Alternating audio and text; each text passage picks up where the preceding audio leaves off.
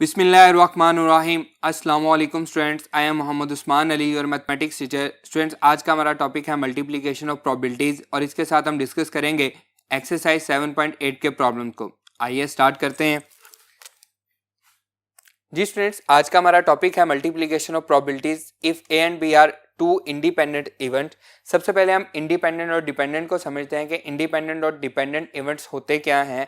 देखिए, हमारे पास हम प्रीवियस लेक्चर में पढ़ चुके हैं, कार्ड्स के बारे में हमने डिस्कस किया था। ये हमारे पास डेक ऑफ 52 प्लेइंग कार्ड है हमारे पास। मैं आपसे क्वेश्चन ये करता हूँ कि two cards are drawn, find the probability that both card are king card. ये हमारा क्वेश्चन है। क्लियर। अब देखिए, मैं इस कार्ड डेक में से एक कार्ड निकालता हूँ। कार्ड मैंने निकाला और मैंने इसका देखा, ये हमारे पास किंग कार्ड है। तो किंग कार्ड आने की प्रोबेबिलिटी क्या है? ये हमारे पास है जी 4/52। अब यहाँ पे दो पॉसिबिलिटीज हो सकती हैं। कौन कौन सी पॉसिबिलिटीज हो सकती हैं? कि पहली पॉसिबिलिटी है हम इस कार्ड को वापस रख दें, तो हम इसको कहेंगे विद रिप्लेसमेंट। और दूसरी पॉसिबिलिटी ये हो सकती है कि मैं इस कार्ड को साइड पे निकाल दूं, तो हम उसको कहेंगे विदाउट रिप्लेसमेंट। दोनों पॉसिबिलिटीज मैंने यहाँ पे लिख दी हैं, with replacement and without replacement. सबसे पहले हम विद रिप्लेसमेंट कर रहे हैं। हमने कार्ड देखा, हमारे पास फर्स्ट कार्ड आने की प्रोबेबिलिटी क्या थी? 4/52 किंग आने की प्रोबेबिलिटी थी। अब मैंने कार्ड को दोबारा रखा, उसको दोबारा शफल किया पूरे डेक को। अब मैंने अगेन एक कार्ड निकाला, तो अगेन किंग आने की प्रोबेबिलिटी क्या है? वो अगेन 4/52 ही है। क्लियर। इसमें कोई चेंज नहीं आया। इनको हम कहते हैं इंडिपेंडेंट इवेंट्स। पहले वाला इवेंट दूसरे पे डिपेंड नहीं कर रहा। अब सेकंड वाले केस को लेते हैं विदाउट रिप्लेसमेंट। देखें, अगेन मैंने ये हमारा जो डेक है इसको मैंने शफल किया। डेक को शफल करने के बाद मैंने एक कार्ड निकाला, कार्ड को मैंने नोटिस किया, तो किंग आने की प्रोबेबिलिटी क्या है? 4/52। तो ये मैंने इसकी प्रोबेबिलिटी लिख दी 4/52। अब ये जो कार्ड आया है, इस पे भी दो पॉसिबिलिटीज हैं। अगर ये कार्ड किंग का ही कार्ड हो तो डेक में बाकी कितने कार्ड्स बच चुके हैं? 3 कार्ड्स किंग के बच चुके हैं और टोटल कितने बच चुके हैं? 51 कार्ड बच गए हैं। इस कार्ड को मैं साइड पे निकाल देता हूं, तो मेरे पास अब 3 किंग के कार्ड बचे हैं डेक में, क्योंकि एक तो मैं निकाल चुका हूं, और 51 टोटल कार्ड बचे हैं। तो नेक्स्ट जो किंग का कार्ड आने की प्रोबेबिलिटी है वो क्या है? 3/51 है वो हमारे पास। क्लियर। अब सेम दोबारा प्रीवियस कंडीशन पे आते हैं। मैंने एक कार्ड निकाला, अगर वो कार्ड किंग का नहीं है, पहले किंग आने की प्रोबेबिलिटी क्या थी? 4/52 थी। अब वो कार्ड किंग कार्ड नहीं है, बल्कि 52 कार्ड में से कोई एक कार्ड है। लेट्स सपोज वो हमारे पास 10 ऑफ डायमंड है। ठीक है, मैंने इस कार्ड को साइड पे कर दिया। अब मैं इसको दोबारा रिप्लेस नहीं कर रहा, उस डेक में वापस नहीं रख रहा, डेक को शफल करता हूं।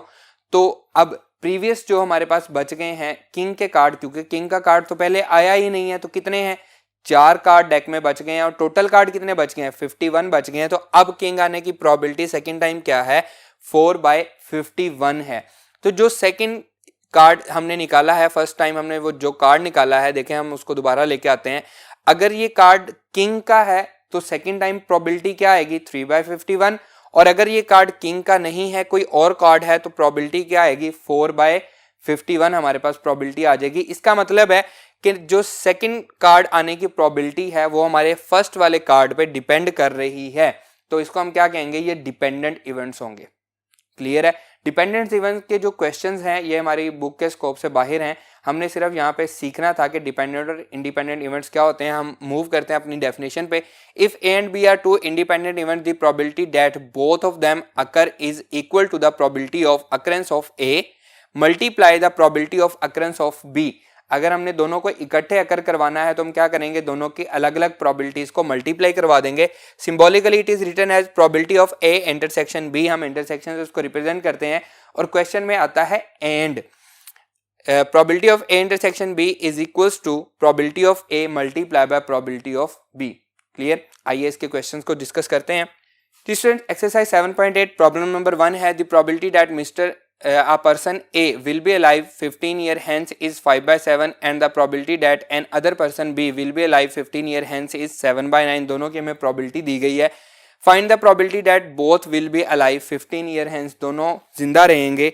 इसकी हमने probability find करनी है। solution देखें। The probability of person A, the probability of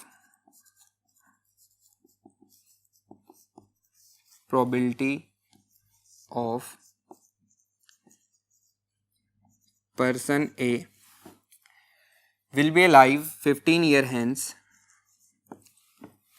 will be alive 15 years hence is equals to कितनी है जी 5/7। ये हमें पर्सन ए की प्रोबेबिलिटी दी गई है। The probability of person B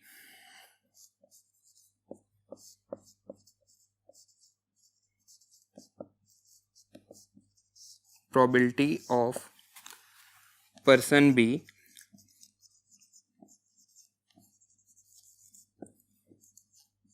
will be alive 15 years hence कितनी है जी that is 7/9। अब हमने फाइंड क्या करनी है, फाइंड द प्रोबेबिलिटी दैट वो both will be alive 15 year hence. आए फाइंड करते हैं उसको हम। The probability that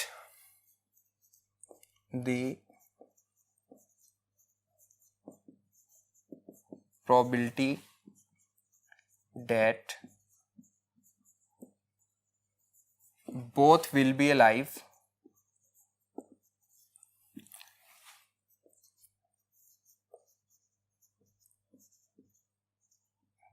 hence is equals to probability of A intersection B। ठीक है, और ये किसके इक्वल है, probability of A multiply by probability of B। तो ये हमारे पास इक्वल होगी probability of, लिखेंगे हम इसको probability of A intersection B is equals to probability of A कितनी है 5/7 multiply by probability of B कितनी है 7/9। 7 से 7 कैंसिल हो जाएगा तो बचेगी क्या 5/9, और यही हमारा रिक्वायर्ड आंसर है। सेम इसी तरह से आपकी एग्जांपल नंबर 1 भी है, वो भी आपने खुद से सॉल्व करनी है, आपके लिए होमवर्क है। आइए हम मूव करते हैं नेक्स्ट प्रॉब्लम पे।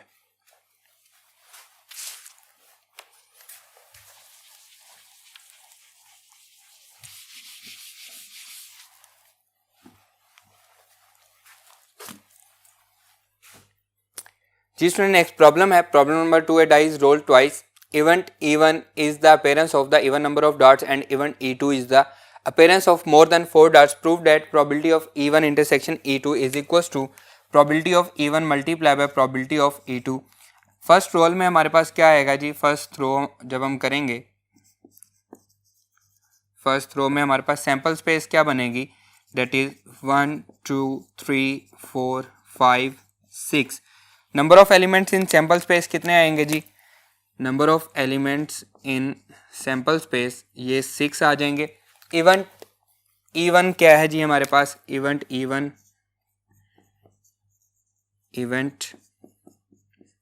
E1 ये है जी appearance of even number of dots, even number of dots. अब इसमें इवन नंबर ऑफ डॉट्स कौन से हैं, 2 4 और 6 है हमारे पास। तो E1 हमारे पास आएगा जी 2 4 6।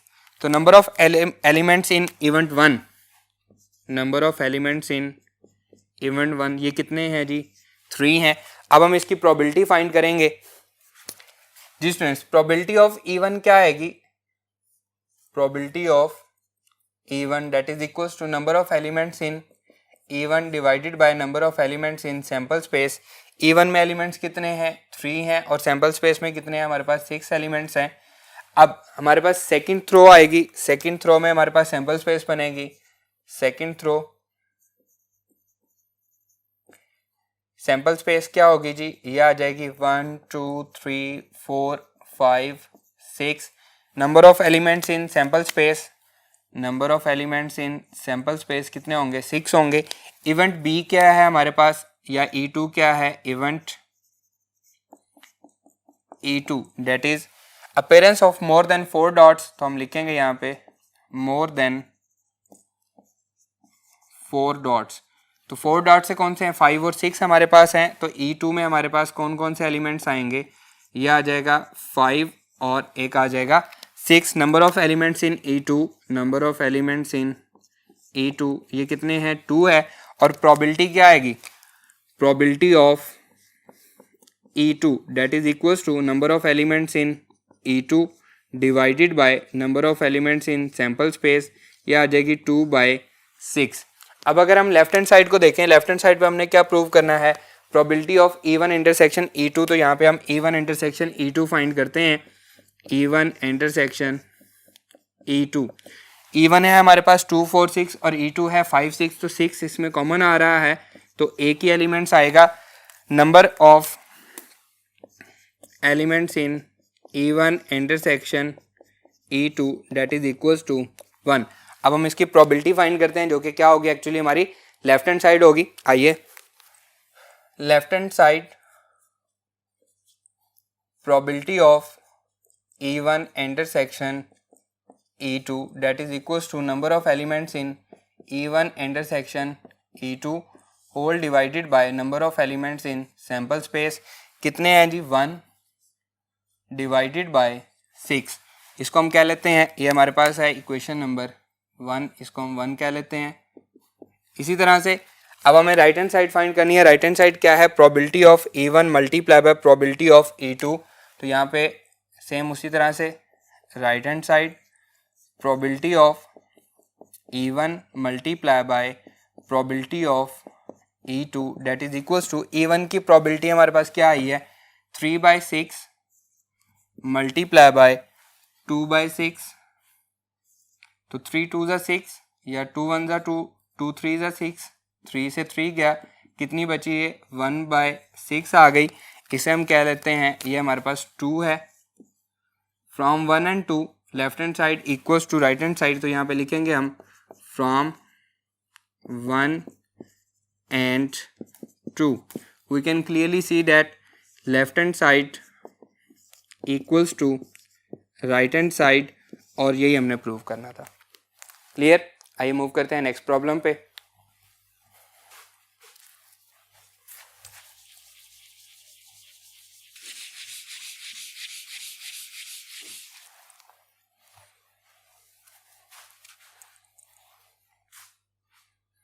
जी स्टूडेंट, नेक्स्ट प्रॉब्लम है प्रॉब्लम नंबर 7। क्योंकि ये हमारे पास रिलेटेड था डाइस के साथ, इसलिए मैं आपको तरतीब में डाइस वाले प्रॉब्लम करवा रहा हूँ, बाकी प्रॉब्लम हम इसके बाद में करेंगे। 2 dice are thrown twice. What is the probability that sum of dots shown in first throw is 7 and that of second throw is 11? Previous lecture में एक्सरसाइज 7.7 में हम पढ़ चुके हैं, जब 2 डाइस को हम थ्रो करते हैं तो हमारे पास सैम्पल स्पेस क्या बनती है। ये देखिए, मैंने उसको दोबारा आपको शो करवाया, ये वही वाली सैम्पल स्पेस है। 36 हमारे पास इसमें एलिमेंट्स होंगे और इसको हम डिटेल से डिस्कस कर चुके हैं। यहाँ पे मैं आपको सोल्यूशन लिख रहा हूँ। Solution, number of elements in sample space, ये कितने हैं, 36 हैं। सैम्पल स्पेस आपके सामने, आप इसको देख सकते हैं। अब इवेंट ए फर्स्ट थ्रो में हमारे पास जो है, हम यहाँ पे लिखते हैं in first throw,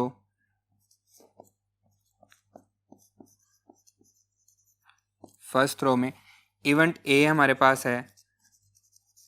event A क्या है जी, sum of dots shown in the first throw is 7।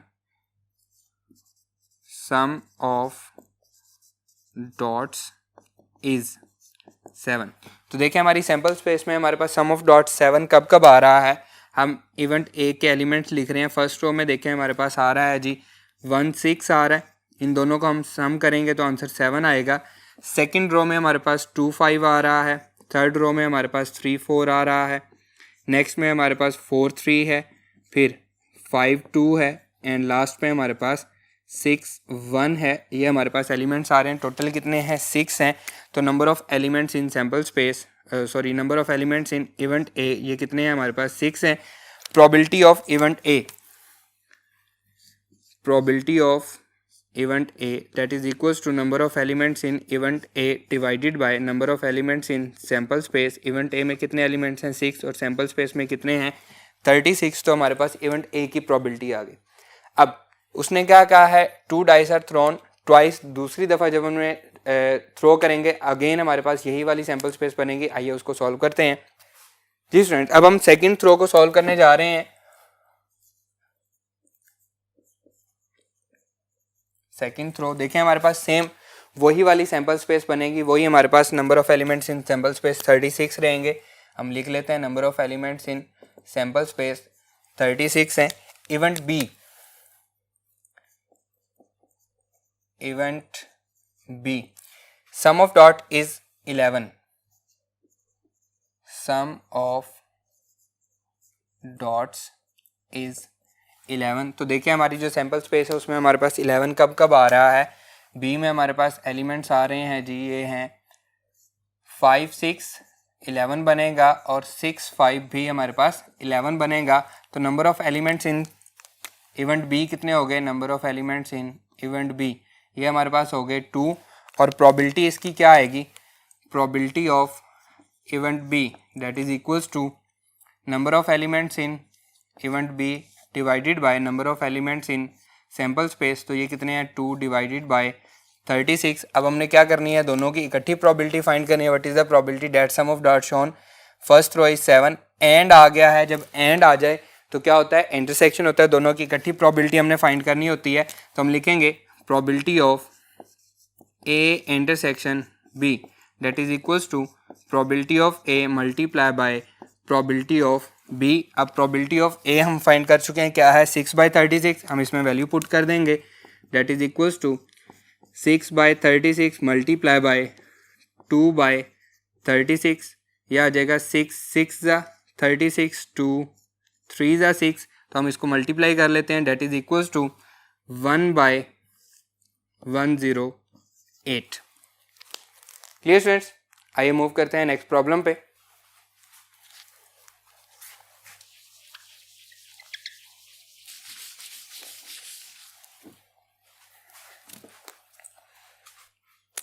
Ji student, next problem है problem number 8। Find the probability that sum of dot appearing in 2 successive throws of 2 dice is every time 7। तो देखें again हमारे पास sample space क्या बनेगी, वही sample space बनेगी जो हम पहले डिस्कस कर चुके हैं। ये हमारे पास 36 एलिमेंट्स होंगे इसकी सैम्पल स्पेस में, आप देख सकते हैं। तो हम इसमें लिखेंगे number of elements in sample space that is equals to 36। First row में हमारे पास क्या आ रहा है जी, क्या आना चाहिए, successive throw sum of dots क्या आना चाहिए, 7 आना चाहिए। तो हम लिखते हैं event A, event A some is 7। तो सम इज 7, इवेंट ए के एलिमेंट्स क्या क्या होंगे, अगेन वही वाले होंगे जो हम प्रीवियस क्वेश्चन में भी डिस्कस कर चुके हैं। ये होगा 1 6, फिर 2 5, 3 4, 4 3, 5 2 and 6 1। Number of elements in A ये हमारे पास होंगे, number of elements in A कितने हो जाएंगे, 6 हो जाएंगे। प्रोबेबिलिटी क्या होगी जी, probability of event A, probability of A that is equals to number of elements in A divided by number of elements in sample space, कितने हैं जी 6/36। तो अगर हम इसको डिवाइड करें 6 1 ज़ा 6 एंड 6 6 ज़ा 36 आ जाएगा। इसी तरह से सेकंड थ्रो में हमारे पास क्या होगा, ये हमारे पास क्या थी, फर्स्ट थ्रो थी, सेकंड थ्रो को डिस्कस कर रहे हैं हम। इसमें भी हमारे पास आएगा event B, event B again हमें क्या चाहिए, सम इज 7 चाहिए सेकंड टाइम भी। तो इसके एलिमेंट्स क्या होंगे बी के, ये हमारे पास होंगे जी अगेन यही वाले एलिमेंट्स होंगे 1 6 2 5 3 4 4 3 5 2 एंड 6 1, ये हमारे पास एलिमेंट्स आ जाएंगे। अब number of elements in B कितने हैं, 6 हैं। Number of elements in B ये हमारे पास 6 आ गए।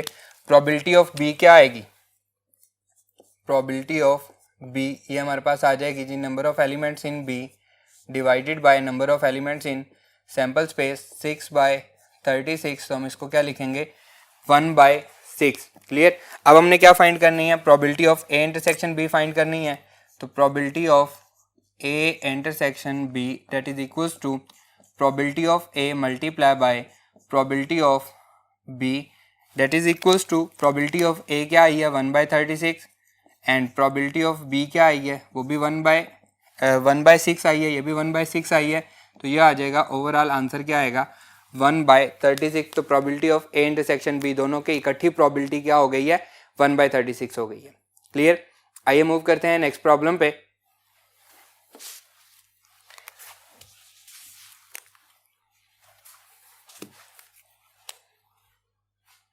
जी स्टूडेंट, नेक्स्ट प्रॉब्लम है problem number 9. A fair die is thrown twice. Find the probability that a prime number of dots appear in the first throw and number of dots in the second throw is less than 5.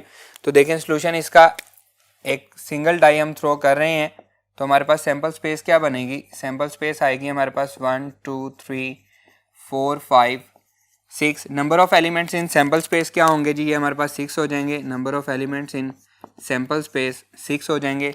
First throw में भी यही होगी, second throw में भी यही होगी. तो हम यहाँ पे लिखते हैं in first throw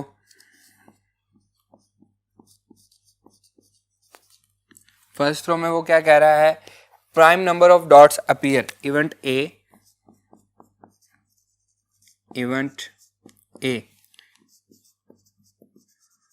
prime number of dots appear. अब इवेंट ए में कौन कौन से होंगे जी, प्राइम नंबर कौन कौन से होते हैं, 2 3 5. ये हमारे पास प्राइम नंबर है. Number of elements in event ए कितने हैं, 3 हैं.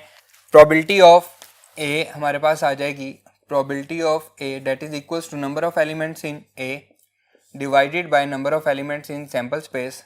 नंबर ऑफ एलिमेंट्स ए 3 हैं और सैंपल स्पेस में 6 हैं, तो ये आ जाएगा 1/2. 3 1 ज़ा 3, 3 2 ज़ा 6.